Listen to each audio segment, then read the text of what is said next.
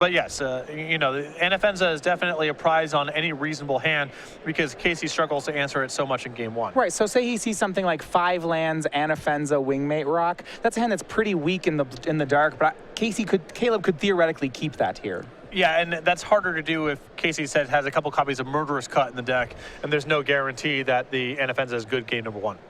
All right, we'll see here. Scherer on the left, number 12 on the leaderboard. He was one of the players just trying to sneak into the Players' Championship. Almost was able to do it on the points, but Joe Lissette not winning the tournament means that he'll have to do it the hard way. As you said, he'll need a trophy this weekend. On the right, Casey Pordes, a relative unknown here, but he is the 2 seed overall, so he will be on the play as we start game 1 here of our first semifinal from the SCG Invitational. Remember, Pordes unblemished in standard thus far. 8-0, perfect through the Swiss rounds, and won his quarterfinal match as well. Yeah, and we did see that actually on Friday when we started the Invitational. 4-color rally just seemed to be in every matchup at the top tables. Well, I think if you are looking to beat mid-range decks, it's the best option. My opinion, you know, I think the mid-range 4-color Jeskai Black, Mardu Blue, whatever type of decks, those mirror matches are so grueling. And I don't know if you're necessarily exploiting much of a metagame inefficiency at this point. The decks that I would be looking to play in a tournament right now, Atarka Red, Esper Control of some sort, and 4-color Rally. Those to me are the most attractive decks. Well, the first play from Casey will be a Jace Vryn's Prodigy. Now, fortunately, he was able to do it off a pair of basics, an island and a swamp, which means the battle lands for the rest of the game will be coming into play untapped. That's important for this deck, too, because the mana is not the best. It's a 4-color deck. The splash card is double white. So the mana coming into play clean is very helpful for efficiency down the road. For Caleb, he will have a 2-drop as well. It's a copy of Snapping Gnarlid. Now, this is something we don't always see in Obs on Aggro, but it's something we definitely see in Scherer's list. He has a full 4 copies of Snapping Gnarlid in the main. He's definitely lower to the ground than some Obs on Aggro decks you've seen. No Heir of the Wilds. He's gone for the landfall common from Battle for Zendikar instead. Very helpful. Given how controlling the bracket looks, I think Scherer is much happier with Snapping Gnarlid, just providing a better clock than the Death Touch that he could have gotten with Heir of the Wilds. Well, over on Casey's side, he starts to fill up the graveyard. The play was a Zulaport Cutthroat, followed by Sidisi's Faithful, just to unsummon the Snapping Gnarlid. So Caleb will take a drain damage off the Cutthroat. Board is clear. Casey now on 3 of 4 colors as well, as Prairie Stream was the play. The leftovers here in Pordes' hand, not great. Looks like 2 lands and a Nantuko Husk. Just has a habit of cleaning that up, but there's no big payoff card here. Most notably, Collected Company, which is one of the easiest ways to break the game open for this deck in the mid-game. Right, so if Jace could flip here, then Casey would have a good chance to maybe resupply his hand. But we did see, and this is something we talked about before the game, one of the big trumps coming on Caleb's side. He does have the important card in this matchup. That's Anafenza the Foremost, and she's ready on turn 3. And Pordes already down 1 copy of Sidisi's Faithful, which was used on the previous turn, so not a whole lot of ways remaining to get this card off the table. Casey looted in response. That was his last chance to get a creature into the graveyard. Anafenza will stop all the other ones. He did loot away a fetch land. Picked up a copy of Elvish Visionary, so more creatures in play. But remember, now the Zulaport Cutthroat also won't trigger when Anafenza's on the board. Yeah, this mucks up all sorts of shenanigans in the deck. Grim Horror Specs, which is such a valuable tool in the mid-range matchups, that doesn't work right now. Yeah, Horror Specs doesn't work. Cutthroat can still work on token creatures, but that's actually about it. There are Catacomb Sifter, you know, maybe some Scions. The short of it is a lot of the synergies of this deck are broken up right now, and game 1 at least, it's a big struggle for Pordes to get this card off the table and do something relevant in the same turn. All right, so if he can't combo kill Caleb, how does Casey win the game? He's just got to brawl and Collected Company for value, but it's very hard for this deck to brawl straight up with Abzan when it doesn't have access to its graveyard. Yeah, I mean, Anafenza the Foremost, a great creature for brawling. And how about this one? Caleb on his turn picks up a copy of Siege Rhino. Yes. Anafenza and Siege Rhino and removal spells versus Nantuko Husk and creatures worse in combat than Nantuko Husk is a pretty good spot for the Abzan deck to be in. Yeah, Husk was the play for Casey Pordes. It's one of his best brawlers, but as you mentioned, you know, brawling with Abzan's so difficult. On Caleb's side, an attack will come through from Anafenza. Casey will block with Jace. 4 cards in his graveyard means he will be able to flip it before it dies. Yeah, no reason for Scherer to take any actions here. It's pretty much just a free chump block. He can kill this in response if he wants to prevent the Planeswalker from flipping, but I don't know if I would do this at the expense of the entire turn, just because there's nothing really in the graveyard to do anything with. Well, it looks like Casey has blocked and eluded, but Caleb is going to hold that loot trigger on the stack, so maybe he's valuable enough to go for the kill spell. Now, the flashback ability on Jace, the only removal cards that we're looking at 4 Rally the Ancestor and 4 Collected Company. Rally's not going to be very good with Anafenza in play, so it's really just Collected Company. Yeah. Yeah, big respect from Caleb. He will murderous cut the Jace with that loot trigger on the stack. So Jace will hit the graveyard, but by that we mean he'll be exiled thanks to Anafenza. Casey resolves the loot, discards another land. Now he did pick up a copy of Sidisi's Faithful there. I would have preferred, I think, to just play Siege Rhino that turn if I'm in Scherer's spot. The logic here may be Pordes cannot get out of this spot game 1 unless he really starts doing some crazy stuff with Collected Company, and I want to cut off his route to flash that back and cast as many times as possible. If Pordes has to just beat me straight up with his draw step and the creatures that he puts onto the battlefield, he's not going to be able to hang with my deck. Yeah, if that's the thinking, Jace is a tool you need to get rid of. Now, Caleb did have a follow-up after Murderous Cut. It was the Snapping Gnarl that was bounced on turn 2. So a pair of creatures on Scherer's side of the board. Life totals, though, still both very high. Scherer at 16, Casey at 19. So you see Casey adds a Catacomb Sifter to his side of the table. Sifter, and that Sidisi's Faithful he drew last turn. Looks like it will be used right away. Sacrifice the Scion. That will drain Caleb for 1, even through Anafenza. And it looks like he'll be unsummoning Anafenza this turn, maybe hoping that Nantuko Husk could get some damage in. Yeah, this play to me only makes sense if Pordes' plan here is, I'm not going to try to do much with my graveyard this game. I'm just trying to race, and he wants to set Scherer behind and get an opportunity to hit with the creatures he has in play. Sure. And he will swing with Nantuko Husk. So Caleb could take damage or block with, chump with the Snapping Gnarlid. We'll see just what's happening here. And this is Pordes' window. If he wants to have his graveyard be functional at all this game, he needs to take the opportunity now, even erring on the side of being a little bit aggressive about it, to sacrifice stuff for value and get things in the graveyard, so in the event that he finds Rally, there's something to do with it. So how the turn played out was Nantuko Husk wasn't blocked, so Casey decided to deal 4 damage. He sacrificed that Sidisi's Faithful to put Caleb down to 10. Remember, he got a death trigger off Zulaport Cutthroat. Scry-wise, off Catacomb Sifter, he kept the top card on his deck. So he has Caleb half dead. He has a card he likes on top. Maybe he can get across for this 10? Well, if he has a Rally on top of the deck, he gets back multiple unsummons. And with the board that he has, that could be good enough. You get the Anafenza off the table. You start sacrificing for his value. You got some Zulaport Cutthroat triggers, and the Nantuko Husk is worth a lot of damage. Yeah, you know, you're absolutely right. There was that Sidisi's Faithful from early in the game, and that turn, because he sacked the Faithful after Anafenza was gone, it did hit the graveyard. So there aren't many creatures in the graveyard, but they exist, and this is exactly what you mentioned. He's going to go for Rally the Ancestors for 1. The 2 cards it can get are both copies of Sidisi's Faithful. So here we go. And if Scherer doesn't have a removal spell, this very well, if not a kill, could be very close to it. So first, Sidisi's Faithful will unsummon Anafenza. It will be exiled. Second one will sacrifice itself to unsummon Snapping Gnarlid. Now this one drains for 1, so Caleb's down to 9. And you're right, this might be this is very close to lethal. It is on, I believe it is just a tad short this turn. Well, attacking, if you sacrifice the Catacomb Sifter, that's essentially 3 damage because the Husk gets +2 and the Cutthroat triggers. And then you can sacrifice the Cutthroat, and that's +1 because sacrificing the Cutthroat is worth 1 more point than having it deal combat damage. And so there's 5 on the table. 3 from each sacrifice. So I'm seeing 8, is that right?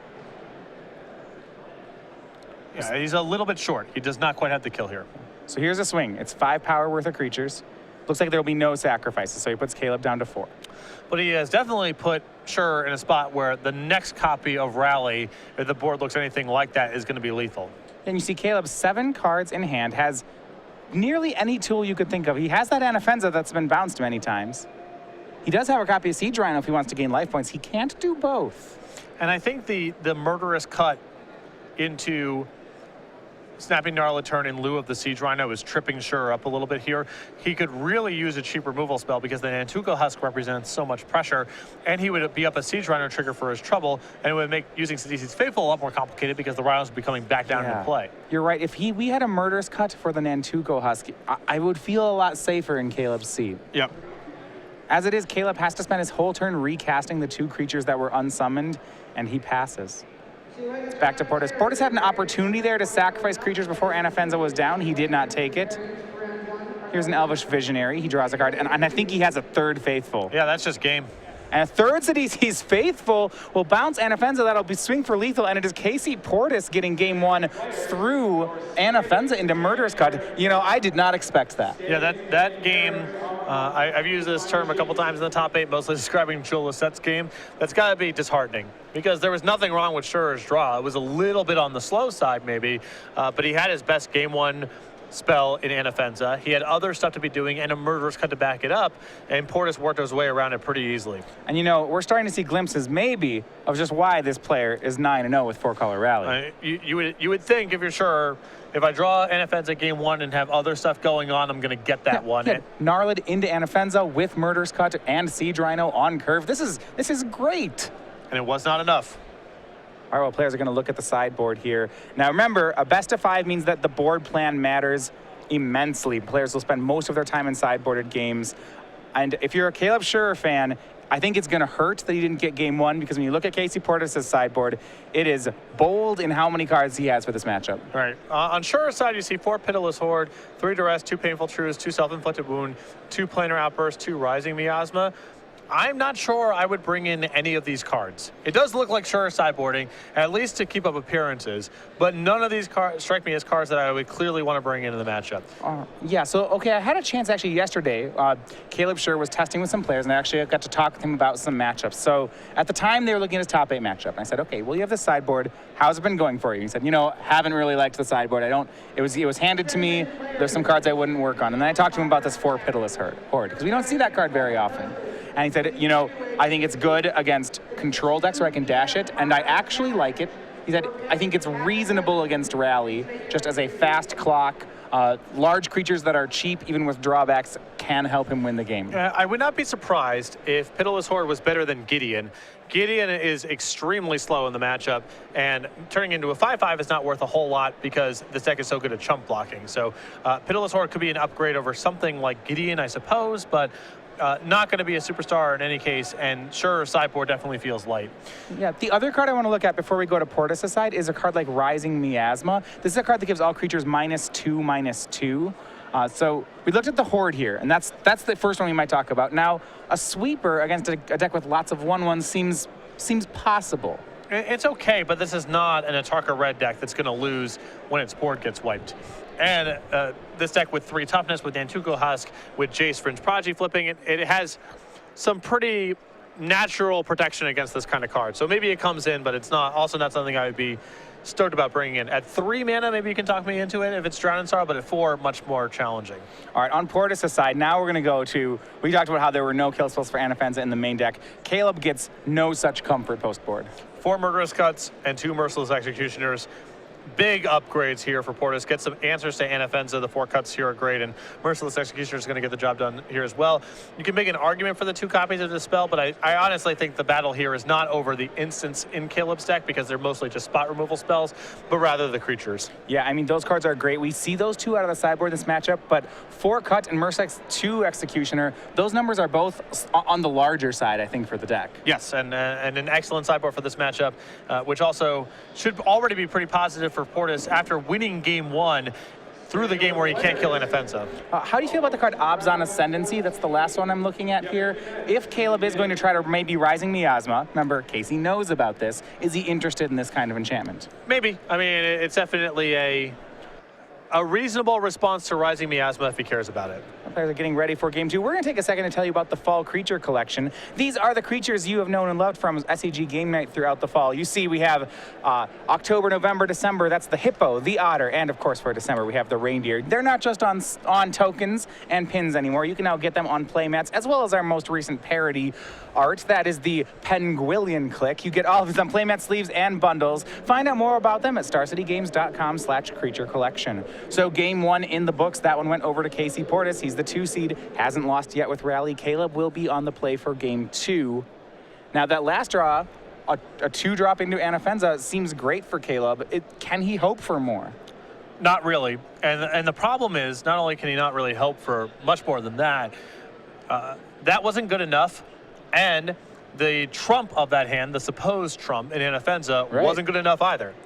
And you saw the route that Casey can take to work around Anafenza, which is get it off the table with CDC's Faithful, take that opportunity to fill up the graveyard.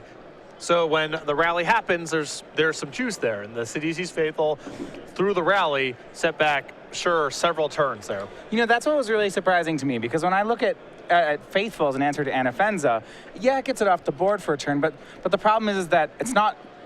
Getting Anafenza off the board for 1 turn is not always good enough for Rally. They're a deck that, you know, chump blocks and slowly builds its graveyard up for a Rally. So today's CDC's Faithful didn't seem like an answer. But what I was surprised by is that what Pordes did is he didn't use it to help build it up his graveyard. He used CDC's Faithful to kind of augment a beatdown plan. Yep, and with Scherer kind of not being able to get to 2 spell a turn territory, which is very important for Abzan, those unsummons swallowed up his whole turn. And because he was on Anafenza and Snapping Gnarlid, he wasn't getting any enters the battlefield triggers for his trouble as well while that was happening. Yeah, so an interesting game to say the least. As we're getting ready for game 2 here, both players have mulliganed to 6. It looks like Caleb has kept on 6. Casey will be going to 5. And this Rally deck, I think more than any other deck in Standard, when it goes to 6 cards, is likely to go to 5 more than any other deck, because the colored mana situation. Okay. There's a colored mana issue with the deck, and you just have these pieces that don't really do very much on their own. There are a fair amount of value, I suppose, in the deck, but Zolpor, Cutthroat, Sidisi's Faithful, Nantuko, these are cards that are sort of predicated on other stuff going on for them to be functional Magic cards. You do kind of need 3 creatures before they start doing powerful things. So I imagine if you're looking at hands, you know, which is just a Faithful, a Cutthroat, and some lands, that, you know, this isn't even good for a draft deck. Right. This is a hand that can dead end pretty easily. So it looks like he has kept on 5 and has scryed to the top. So Casey has found something he likes as we begin the match. Remember, Caleb on 6, Casey on 5, so same number of cards for both players. They'll trade lands to start the game, but looks like we'll see first action once again from Scherer on 2. May once again be the Snapping Gnarlid. I believe he's kept them in. I would definitely want them on the play. On the draw, it starts becoming questionable because Pordes can start locking up the ground in a pretty strong way by the time the 3rd turn rolls around. But on the play, give me as much aggression as possible. Yeah, it is hard for Abzan to attack on the ground. Generally, the kind of ways we try to see them win are cards like Den Protector, actually, to attack through the line, or Wingmate Rock. You see here a turn 2 Den Protector played as a 2/1 for Caleb. And we've seen that play a lot through the top 8 thus far, now in the top 4. People in these kind of matchups really evaluate just getting on the board. I remember watching Abzan and Aggro months ago where it felt like Den Protector was always face down, but some of these matchups are extreme enough now where you just got to get something onto the table. Well, when you look at the creatures from Rally, we have things like Zulaport, Cutthroat, Elvish Visionary, and now, as we see from Pordes, Jace Vryn's Prodigy. There actually are a fair amount of creatures that just can't block Den Protector. Yeah, but it's more of an issue of Caleb feeling like he just needs to get on the offensive rather than this card is particularly evasive. Though you're right, it is not the easiest card for them to block. Well, on the offensive we will go then. Den Protector swings in and puts Pordes down to 17. Caleb rears up for a follow-up play. You know, you gotta, I think you're always hoping that it's Anafenza. Does look like on Caleb's side he has brought in at least 1 copy, if not more, of Duress for the matchup. Only 8 spells, but those spells sure do matter. He decides. And this is the sideboard card we talked about. Caleb said it was in his deck for this matchup. Pitiless Horde. A 5/3 for 3. Yes, Caleb will lose 2 life each turn, but this creature is very large. Sums it up. That's a lot of numbers for 3 mana. Yeah. Hits harder than an Anafenza. And that's hard to do. And with Pordes on 5 cards, pretty good chance that his hand's a little disconnected, needs some time to develop. And Scherer, especially following this up off the heels of a turn 2 Den Protector, is not giving Pordes a whole lot of time. Well, yeah, there just don't seem to be many ways for Pordes' deck to be able to block this. I suppose his cleanest answer is Catacomb Sifter. Both creatures together could take down a Pitiless Horde. Grim Horospex is a reasonable answer. And you have the Merciless Executioners and Murderous Cuts in the sideboard. Okay, so there are ways, but I suppose maybe he can answer it, but it's very punishing if he doesn't. He is not flushed with 3 power. Yeah. That is definitely true. Most of his creatures are 1 or 2 power, and trading at parity with that card is not easy. All right, so this was an interesting line, which I kind of wanted to ask you about. This turn, Casey looted. He looted away an Antuco Husk and then didn't play anything on the turn. Well, he may not have access to black mana. Keep in mind, Windswept Heath cannot get you to black mana. And he's on Forest and Prairie Stream, so his hand might, there's nothing to cast that turn. That much makes sense. So Caleb, though, maybe doesn't have anything to cast on his side either, but he has a lot of damage to serve. 7 in from Den Protector and Pitiless Horde. He has Pordes down to 10. And now we will fire off a Duress. We'll see just what Pordes is working with. It was a 5-card hand, remember. And here's the grip. Murderous Cut, Catacomb Sifter, Flooded Strand, and Rally the Ancestors. Those are the 4 for Pordes. I'm guessing we're going to see Murderous Cut hit it here. Yeah, I mean, if your plan is to Pitiless Horde someone, I would hate to see my opponent get that card off the board. And it looks like Scherer has an opportunity this turn to follow up with another Den Protector, and may just be able to shove Pordes out of this game before he gets anything going. Cut is taken. And with that Flooded Strand, Casey can make the Catacomb Sifter next turn. But you're absolutely right. There's no 4th land for Caleb, so he'll play another face-up Den Protector. Looking a lot like just a Wandering Wolf in the top 8, but that was a good card too. Sure. Wandering Wolves, Zuzam Dijins, no removal, barely any interaction here, just a Duress. But if your opponent's going to be messing around with, 1/1s for 2 mana and so forth, it's not the worst strategy. Casey going to fetch up a basic Plains. That will get him into double basic territory so that he can use Battle Lands to find his colors. Draw for the turn was a Polluted Delta, so mana now online for Pordes, but he is at 9 life. Facing against an opponent with all spells in hand is sure missed a land drop last turn. Oh, you're right. That has got to be concerning if you're Pordes. Now, Jace could flip this turn, which means that flashing back Murderous Cut is on the table. The issue is that Pordes only has 1 black mana to work with. So he can't go Murderous Cut and Catacomb Sifter, let's say. Right, and he'd love to make that play. So maybe what we could see then is we could see that block and loot trick that he did last game where he uses it to prevent damage for a turn. Yep. He can cast the Catacomb Sifter. Right. And he can effectively chump block the Pitiless Horde with the Jace for free. That makes sense. Now, Catacomb Sifter is pretty good against Den Protector. Right, so you can at least stabilize the board for the time being that way. You answer the Pitiless Horde, then you have Catacomb Sifter versus a couple Den Protectors. Yes, Caleb's hand is all spells as far as you know, but at least you have the board stabilized. So on the board, this looks like it could work for Casey. But, I mean, Caleb has spells. Anyway, it's not going to make that play. We're going to go ahead and loot with the Jace. And it's a risky line, but it really did pay off for Caleb. I believe the card he drew was Sidisi's Faithful. Yeah, that's a huge payoff here, as now he has a line of Catacomb Sifter, Sidisi's Faithful, get the Pitiless Horde off the table. Yeah, maybe even shrink one of the Den Protectors. Yeah, this is a great looking turn here. I think it's going to be that. Catacomb Sifter is the play. It brings a Scion with it. See if he goes through all the motions you just mentioned. Sidisi's Faithful with the last land. It's going to sacrifice itself to take care of the Pitiless Horde. I suppose a 0/4 is not very good at blocking Den Protectors. No, it's a bit better at at blocking a Shambling Vent, but with Caleb's hand clogged with spells, probably pretty far away before he uses a turn doing that. And a 1/1 is a 1/1, has power. Scry will be to the bottom. 1 Den Protector will be shrunk, and the turn is passed. So Casey, as it stands, may have stabilized. But a 4th land for Caleb. That's going to activate a lot of things. If he has nothing else pitiless, he can dash a pitiless horde, though I'm guessing he has stronger plays. Dashing Pitiless Horde is a rough use of a turn here, because Casey can chump block and then untap with adjacent play and all of his mana. Sure. Good chance he can really hammer Scherer if all he can do is dash a Pitiless Horde this turn. Also means that next turn, Caleb is in much in the same spot. Is he dashing again and saying go, or advancing his board? We'll see where Scherer wants to go. The fetch is for a Smoldering Marsh. Does have the two basics in play for his battle lands. We'll see where he wants to go. Pitiless Horde we know is in his hand.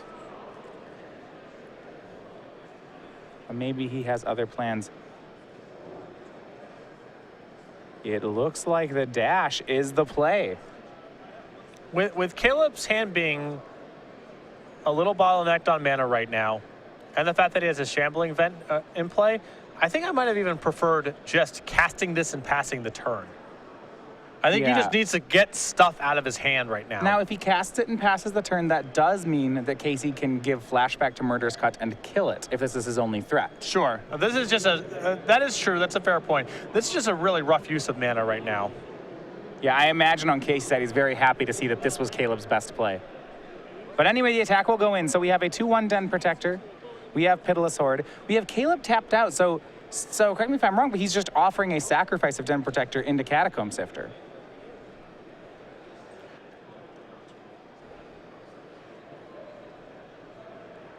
Let's see here, maybe different. It looks like a double block for Casey. Yeah, it looks like Pordes kind of wanted to manage this the other way, which is get this off the table and have Jason play against a couple 2-power creatures, rather than chump block and try to work through the Pitiless Horde that way. If he has no solution in his hand to a dashed Pitiless Horde, maybe this is just the better block for him. Yeah, so I mean, let's look at what happens then. So Caleb dashes Pitiless Horde to play around Murderous Cut, and I think Casey respects it enough that he actually is willing to trade both parts of Catacomb Sifter to get rid of the 5/3. So in that sense, it seems like mission accomplished for Caleb. Yeah, he's got to be happy with how combat turned out. I'm still concerned that this is kind of too slow of a path. I agree. But if you took that line, you got to be happy with how that turn worked out. All right, well, Casey's play is to shrink a Den Protector again and to play a Grim Haruspex. Looks like Caleb's draw of Shambling Vent. He's also boarded in Rising Miasma. We talked about that a little bit. This is not the spot where you want that. No, not when you're playing multiple Den Protectors. Looks like he has that. I believe he may have another Horde.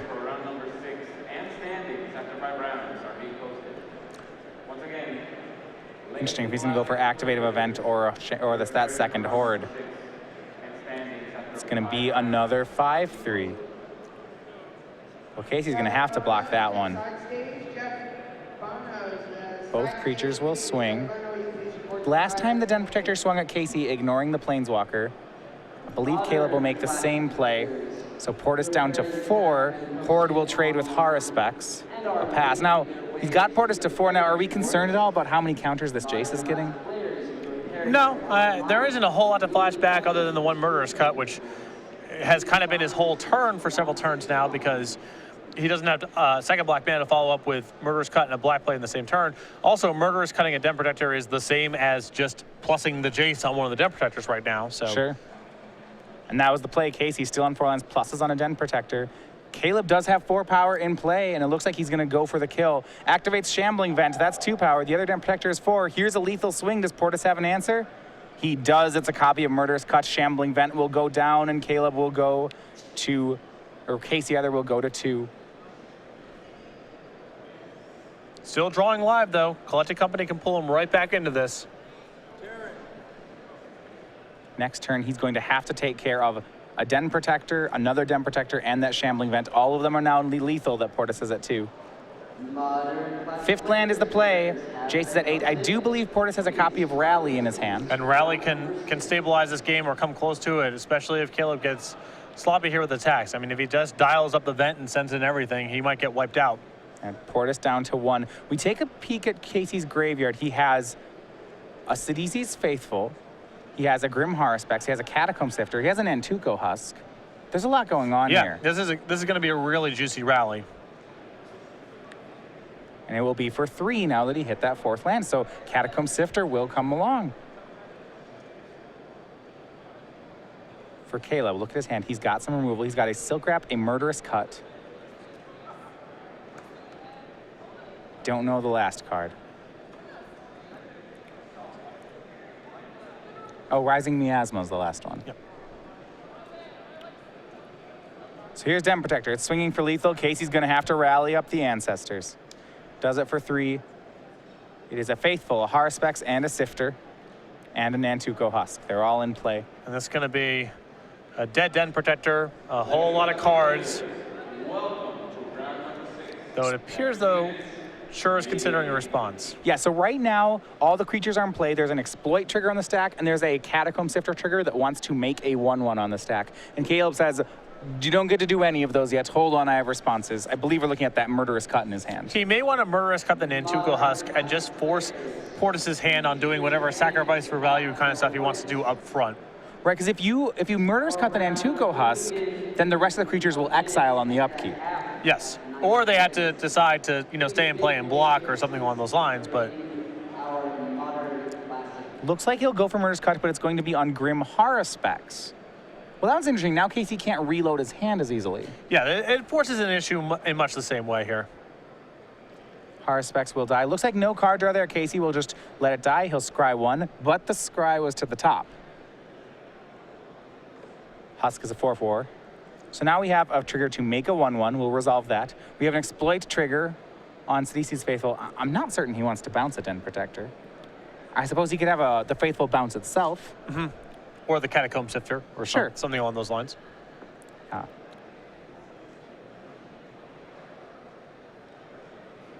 Kind of interesting decision on this one.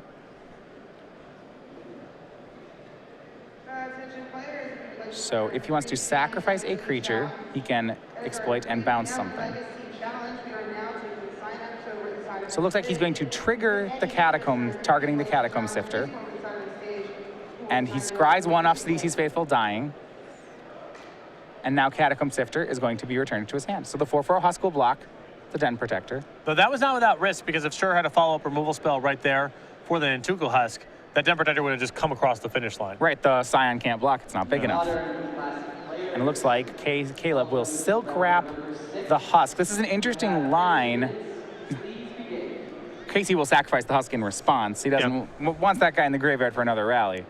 Though that would have happened regardless.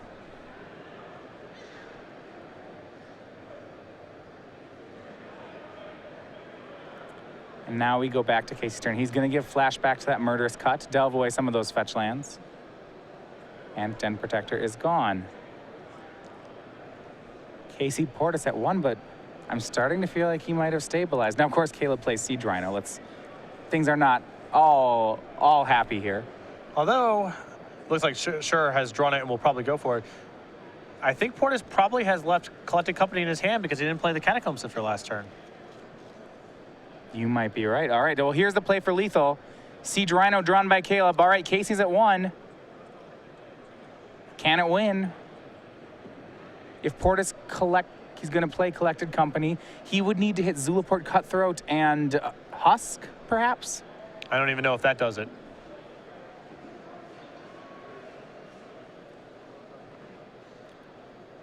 Because he has either sacrificed the Cutthroat or the Husk in the second You're right, piece of the iteration. He can't have all 3. Yeah. Good time for Siege Rhino. Your opponent at 1. Yeah, I mean, a great time, especially because we felt like this game had gotten away from Caleb. Well, it was at least at the point where Pordes had stabilized and with a big draw, looked like he was about to turn around. And he had Collected Company, and he had Jace in play, ready to flash back Collected Company the following turn. So yeah, the door was starting to shut there a little bit for sure. So if Caleb doesn't draw the Rhino, yeah, you're right. Casey companies, then he companies again. I mean, I'm concerned if I'm a Scherer fan now. Yeah, there might be a couple turn window there for sure to find a Siege Rhino depending on what the Collected Companies yield, but the game was very close to getting flipped around in Pordes' favor, but Siege Rhino able to close it out before Pordes took over. All right, so we're going to go look at the sideboards again. One of the things that's always great in a best of 5 is kind of the chess match that starts to happen in the sideboards. We saw that in the top 8 with Caleb Scherer boarding out his Snapping Gnarlids, then when he saw Radiant Flames boarding back in some Snapping Gnarlids. All right, so if you're on Casey's side, you have seen a ton of things now. You've seen Duress, I believe. You know about Pitiless Horde, multiples. You'd assume they're probably all there. I don't believe he knows about the Rising Miasma yet. Caleb had one, but didn't cast it. Okay, so let's look at Pordes' side first. If you know your opponent's going to try to hit you with these 5/3s, does it change anything? No, because I think he's still keeping in Grim Horror Specs, the Murderous Cuts, the Merciless Executioners, and then Nantuko Husks, which are his ways of directly answering a card like Pitiless Horde alongside Diseased Faithful, which gives him a lot of breathing space. So I don't think much changes. So if you assume the cards that Casey has boarded out for these are, it looks like Elvish Visionary is probably one of the ones to go here. Does it change maybe the main deck cards he wants? You know, if he's boarded out some number of horror specs, does he go back in so that they can trade with Pitiless Horde? Maybe. I'm not really sure exactly how he sideboards for this matchup. I would be loath to get away from something like Elvish Visionary because it seems just so important for building up a critical mass of stuff. Because your graveyard is not a guarantee to be on, I think, you know, maybe you remove 1 or 2 of the rallies, maybe you remove 1 or 2 of the Zulaport Cutthroats and so forth. Get a little bit away from that. The cards that are just dead when Anafenza's in play? Right, and Elvish Visionary is your way of finding your critical cards and drawing to your removal spells to get rid of Anafenza. It's not a card I would sideboard out. A lot of people just kind of, I side out the cantrips. I can't think of what to sideboard out here. The cantrips just say draw a card on them, so we'll can't get rid hurt, yeah. But I think Elvish Visionary is an important piece in this matchup for Pordes. All right, on Scherer's side, so we have seen Pitiless Horde all 4 in, some number of Duress, Rising Miasma. Any reason for him to change this? It seems like if he has a plan, he probably will just stick to it. There's nothing unexpected out of Pordes' board plan. Yeah, the Pitiless Horde, they overperformed that game. We didn't get to see Rising Miasma in action. Was not a player given the way that game played out, but yeah, I mean, we saw Rising Miasma in Caleb's hand, and to be honest, it looked bad that game. Yeah. The thing I'm scared of the most is just leaving in Duress. There aren't that many spells in Pordes' deck. I guess all of them are really important. So just a reminder of what is on the line here. Not only is it the Season 4 Championship, the trophy, your name on a token, but it is also a spot next week in our Players' Championship. So both players here are going to try to get to that as they are underway for game number 3. Pordes back on the play now. This time they both kept on 7s.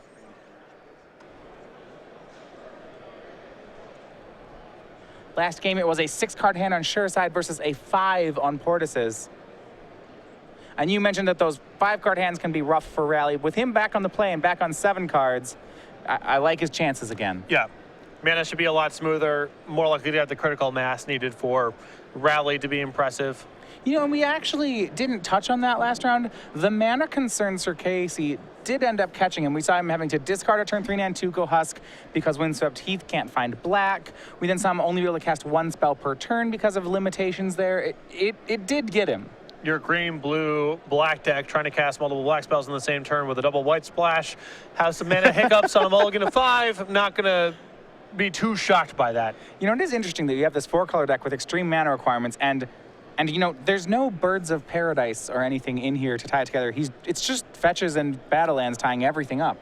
The lands mostly just work. When you mulligan, you'll often have to choose to take a 1 color off for a little while at least. When you're against an aggressive deck, it matters a lot that your mana is like that. But in matches that are played at a slow place like this one is, it's mostly going to be fine. A very dangerous moment here for Casey. On turn 3, he did not find a 3rd land. Instead, he double fetched and played Jace Vryn's Prodigy, hoping to maybe loot that into a 3rd land. But Caleb is at the ready. His turn 3 play was a Silk Wrap, taking care of Jace. So we go back to Casey, who he's going to need lands to continue playing. At least he finds 1.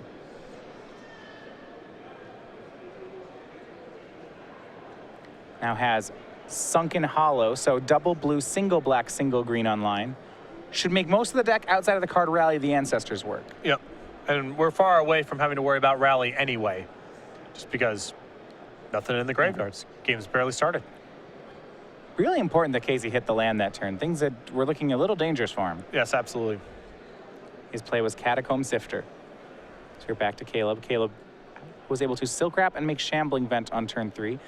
Hadn't made a creature yet. His first creature will be, well, the best one he can get. It's Anafenza the Foremost. Right after Anafenza, Casey draws a copy of Rally. And it looks like the play for the turn will be, why not, a Murderous Cut on Anafenza. That's why he boarded them in. Although, remember, game 1 we saw Caleb have Inofensa and lose. Game 2 we saw Caleb win, and Inofensa nowhere to be found. So it's an important card, but it does not define the whole matchup. Swing for 3 is the follow-up. That puts Caleb down to 15.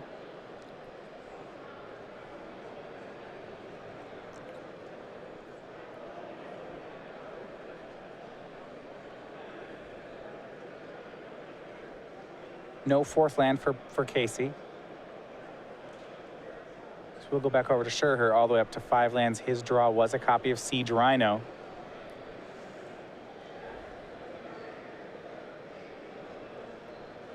May just be able to go on the classic beatdown strategy here. I think he has something else in mind. He's going to go ahead and fetch. 2 basics in play means this Canopy Vista will be entering the battlefield untapped. Caleb's mana just about perfect at this point. He has 2 duels, 2 basics, and a Shambling Vent.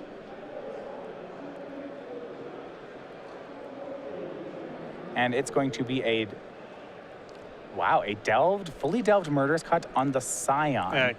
Caleb here just trying to pressure. I would imagine the follow-up is going to be Siege Rhino. Pretty aggressive line here. I think his hand just might be lands and another copy of Murderous Cut. So Scion seems, okay, he's worried about collected company? Yes.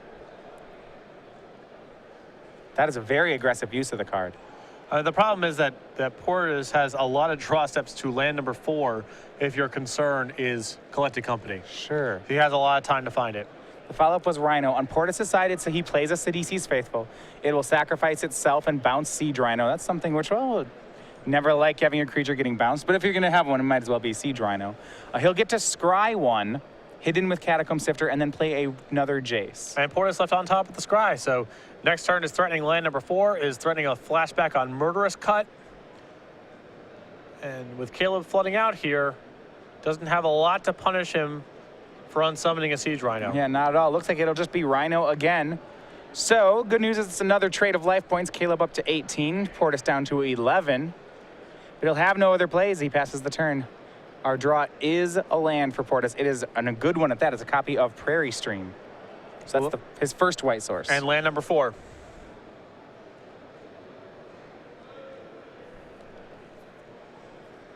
Catacomb Sifter and Jace in play for Casey. 3 cards in the graveyard. So not just yet ready to flip the Jace. And that means he will loot.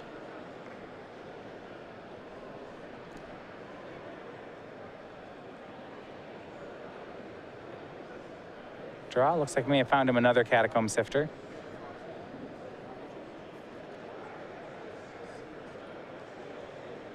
Remember that these collected companies post board on top of Sidisi's Faithful, which would already be bad news for sure here. Pordes can also find Merciless Executioner in a spot like this. A show of strength from Casey. That loot, on that loot, he discarded Nantuko Husk. And it looks actually like the loot was not, maybe he found another, it looks like another Murderous Cut. He's gonna cut away Siege Rhino this time. Play an Evolving Wilds and attack for 2. So he has his graveyard is a Murderous Cut, an Nantuko Husk, and a Sidisi's Faithful. Not necessarily a great graveyard for Rally the Ancestors, but an excellent graveyard for Jace, as he has access to another removal spell. If that Evolving Wilds can find a Plains, coupled with the Prairie Stream in hand, it means Rally the Ancestors for 3 is online next turn. And Caleb, it looks like he may be flooding. His play here is land 7, activate Shambling Vent, and attack. That is not a show of strength. Yeah, the leftovers in hand. You know, you'd assume he'd cast a removal spell if he had it. He would have cast a creature if he had it. I certainly would kill the Jace if I could. Right, so what's going on in that hand? Most likely scenario, just a bunch of lands. Go back over to Casey. Land 5 draws land 6. Now 4 cards in the graveyard means Jace is very close to being active. And we'll start with an attack from Catacomb Sifter. Caleb will go back down to 16. He's been doing a great job of gaining life between the 2 Siege Rhino plays and the Shambling Vent attack.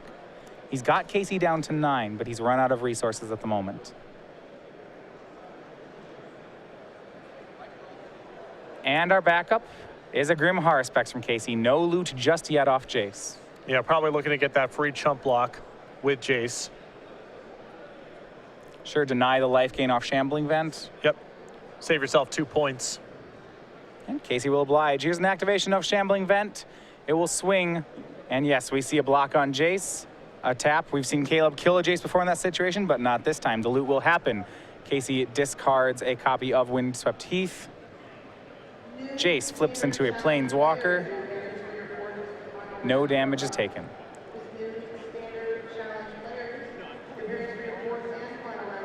For Caleb to follow up his Warden of the First Tree. And another land, he'll pass. Now, had Caleb not attacked with Shambling Vent there, I do have a line I want to look at here. He could have played Warden and leveled it up twice, meaning next turn he could go for the full 8/8. I know it's all your eggs in one basket. Well, the problem is that Pordes, he's still got the Murderous Cut in the graveyard and the Jace in play. So that's just, okay. You know. Just asking him to kill it. I think that if there was no Jace involved or no Murderous Cut, you could roll the dice and hope that that got you somewhere, but not something he could do with Murderous Cut in the graveyard. Makes sense. We go back over to Pordes. A -3 on Jace targets Murderous Cut. Plan here looks just to be to cut down all of Caleb's creatures. That, so far, so good. Here's a Delve. It'll take care of the Warden. A swing for 5 on Casey's side. And you know, he has a rally in hand, but it's starting to look like he may not even need it. Well, he still has Nantukas and Sidisi's Faithful there, so he gets to unsummon a blocker if he's feeling it. But yeah, this comes up a lot, honestly. As you see Scherer here scoop it up. The rally deck post board often doesn't need Rally the Ancestors to win. We saw it a lot last week in Denver, and it's pretty common in the post board games where, you know, people are slowing down quite a bit. They're giving you more time to leverage your Grim Horsepex, Jace type of synergies, and you can wear people out without ever having to touch Rally. Yeah, so strong play, yeah. Caleb does drop Hitless Heart on the last turn there, but he does scoop it. So 2-1. Casey Pordes is in the lead. He is one more game away from the finals and for his 10th match win here in Standard. Yeah, sure put a lot of eggs in the Siege Rhino basket there when he went for Murderous Cut on the Scion into Siege Rhino. Pordes was able to manage the Siege Rhino, and Scherer's draw just didn't offer enough else to power through. So the thought is if Scherer, say, doesn't go with the aggressive line, he would have a Murderous Cut later on for the Jace. Which may or may not matter, may or may not be good enough. I mean, right. by the time Pordes starts drawing out of it and making his land drops, if he's doing things like Collected Company or Grim Horror Specs, your one removal spell to break up something may not amount to very much. So I'm not sure if I agree with Scherer's play, but I understand wanting to take a roll of the dice there and hope that Pordes just doesn't draw out of it because Scherer's hand was not allowing him really to do anything else. Yeah, and you do see the short shelf life on these kill spells in Caleb's deck. You know, Murderous Cut's a great kill spell, but we do get to these boards where, you know, Casey doesn't ever offer up, I guess, a great target for removal. Yeah, and you want to be using them early on as tempo plays because it takes Rally a little bit of time to get going, and if you're breaking up the early creatures, you're really forcing them to collect a company into a board and start to get something going. But past a certain point, they aren't really too hubbed on any one particular creature staying in play. The removal spells get a lot worse. Well, for Caleb Scherer and Casey Pordes, they are 2 of 4 players still left with that last spot at the Players' Championship. We'll take a look at the players qualified right now. Your at-large spots are locked up. So you see here we have our 4 points winners. That is Joe Lissette. Joe Lissette joining them this weekend as he took the overall points lead. We have our 3 invitational winners. We have Brad Nelson. We have our 7 at-large bids, but we're waiting on that 4th invitational winner. Casey Pordes, Caleb Scherer, Vidianto Wajaya, and Christopher Giuliano. One of the 4 of them will be joining us next week in Roanoke. We'll see just who that is. Yeah, no crazy math, no more if this person does X, Y, and Z sort of scenarios. It's just one of these 4 players win this event. They'll be in Roanoke. It's the last player next week. For a while, Joe Lissette was making things look interesting. If he had won, it would have opened up a slew of possibilities. He, however, was dispatched 3-0 in the top 8 by Christopher Giuliano. His reward, though, is that Joe did take the points championship from Jonathan Morawski. Both, however, still will be in there next weekend. It's invite the same thing. It's another plaque for Lissette, but doesn't change much as it pertains to the Players' Championship. All right, underway, game number 4. Caleb back on the play, and it'll be a Warden of the First Tree on turn 1. And Looks like double Warden was the keep. That kind of aggressive start can be pretty good, I think, here. It's important for Scherer to get on the board early because later on in the game, his mid-range creature plays that are on the ground do not amount to much, as we've seen in the games where Scherer's lost. The Siege Rhinos, even those past a certain point, just aren't worth a whole lot in combat. For Pordes, he's got a turn 2 play of his own. Not many things in his deck, actually, that profitably block a 3/3, at least early on. Yeah, it's the same stuff with the Pitiless Horde. You're looking at Grim Horror Specs. Nantuko Husk can do a little bit of work there, but he does not block 3 toughness early on in the game that well. So what he'll actually play, he has one card that can block it. He's going to play a Sidisi's Faithful, no exploit. So that's a Kraken Hatchling made here. 0-4s, still good against 3/3s. That has not changed. Suppose we can go older. Steel Wall if we want to get real old with it. Steel Wall. I imagine that card's been good against you from time to time. Yeah, I've lost to many cards similar to that, yes. I was always the guy playing the Steel Wall. Right. Caleb's going to swing in. One of them will get blocked. The other Warden will get in for a point of damage. And we see the prize, Anafenza, turn 3. Strong curve here by Caleb. Warden, Anafenza. Great start here, though again, Pordes here post-board. Anafenza is not nearly as bad for him as it is in the first game, where it's very challenging for him to get off the table. We did see him lose with a great draw game 1. And what seems to be the case in all these post-board games, Anafenza is met by Murderous Cut from Casey. Takes his whole turn and graveyard to do so, but I'm sure he's happy with the trade.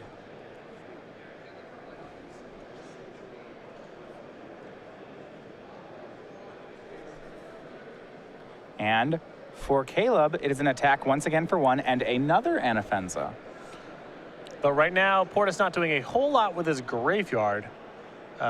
Still, just a great play on curve and breaks up any synergies that might happen to come up. Casey's playable Grim Horror Specs and Evolving Wilds. He'll pass. I wouldn't be surprised if Grim Horror Specs was just on blocking and trading detail. Sure, that much makes sense. If he even gets to do that, you see a copy of Dromoka's command in Caleb's hand. He may just be able to bring the beatdowns here. Blocking is looking tougher and tougher.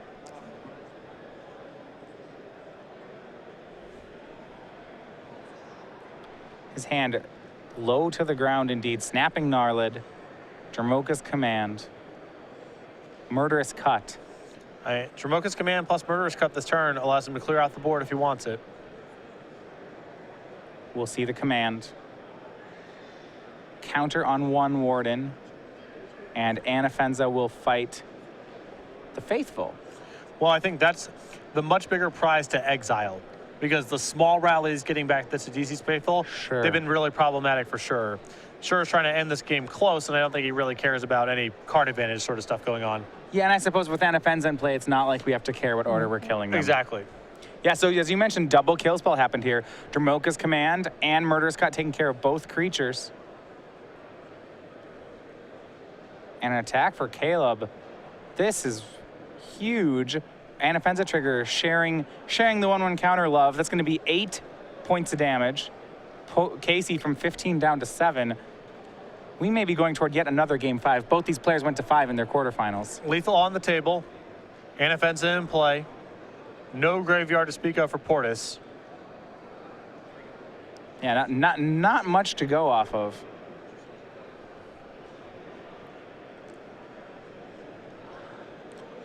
And before you get all hung up on Anafenza's text box here, it looks like just a 3-mana 4/4 backed up by some Wardens was good enough to get this game. If you get rid of the graveyard ability, I think Anafenza is still an A+ this game. Right.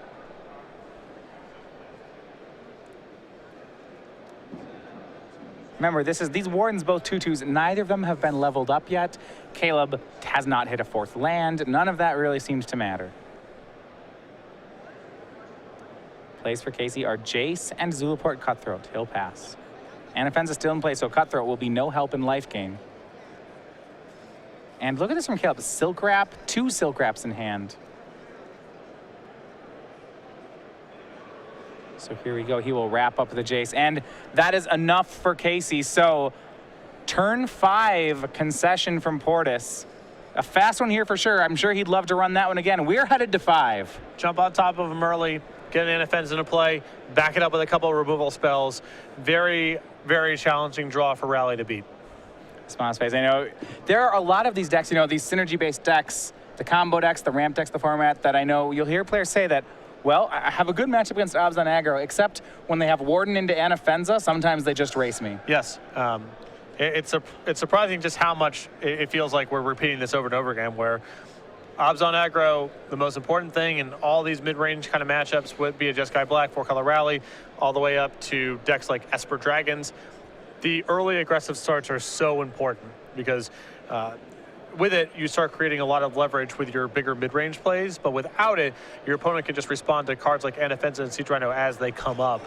You need to be attacking early to really create a lot of power out of your mid-range plays. Yeah, it is interesting. So we're going to talk about Caleb Scherer here. We mentioned how he's on a 10-match win streak. Well, this is a guy trying to make his way toward the Players' Championship. So from St. Louis, Missouri, we have Caleb Scherer, 27-year-old. He has one Invitational top 8 back in this same one last year. He actually top 8 the Invitational. Also top 8 2 Open Series, both in Legacy. Both this year, he's quite the Storm player. Came back towards the back end of Season 4 to make it close, get himself into the race for the Players' Championship on points. Fell short in that respect. Can't make it that path now with Joe Lissette being eliminated in the quarterfinals, but he's still in the top 4. Wins this match, and then he's a match away from the Players' Championship. Maybe not the way he drew it up necessarily, but he can still get there. Now he'll have to win one more against 4-color Rally. He'll be on the draw again. And this has been back and forth between the players. If you look at it, the person on the play is 4-0 in the match. Speaks a lot to how important the early aggression is. Yeah. Play draw is a huge part of this matchup. So last chance for Caleb, I guess, to break serve. Will players be keeping on their 7s? For Casey, it's a yes.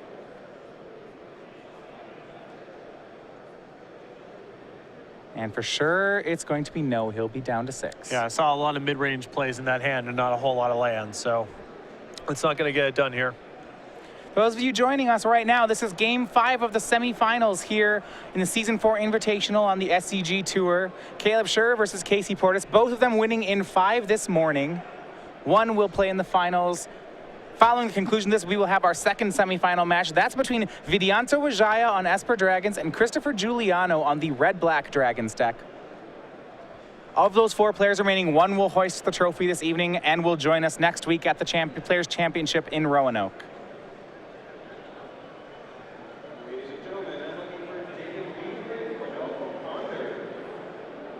Both players, great stories here. For Caleb, he has won his last 10 matches. For Casey, he has won all 9 of his matches in Standard. One of those 2 is going to have to give, and it's going to happen this game. Caleb has kept on 6, so we're underway. You see Anafenza waiting once again in Caleb's hand. It's one of the more important cards he's had this match. The size matters, and the text box has also been disruptive.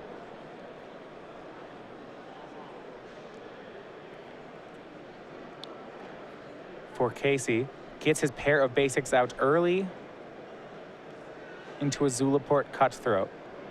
Battlelands will be online. Has not played an Elvish Visionary since Game 1. I'm suspecting that was what went out for his sideboard cards. I'm starting to agree with you. I'm not sure that's the call I would necessarily make, but I suspect that card's been cut. Hard to argue with his results, though. Now we'll see how Caleb can keep pace. We go back to his turn. He's going to go ahead and fetch for a basic forest. No Warden of the first tree this game for Caleb. Double Warden into Anafenza was good enough to take down the game for him last time. And this one, it's going to be Snapping Gnarlid. This is the card that's really been unique to Caleb's Obzon build. 4 copies in the main. He has kept them in all sideboarded games. Really seems to believe that aggro is the way to go in this matchup. A big stumble here from Casey, though.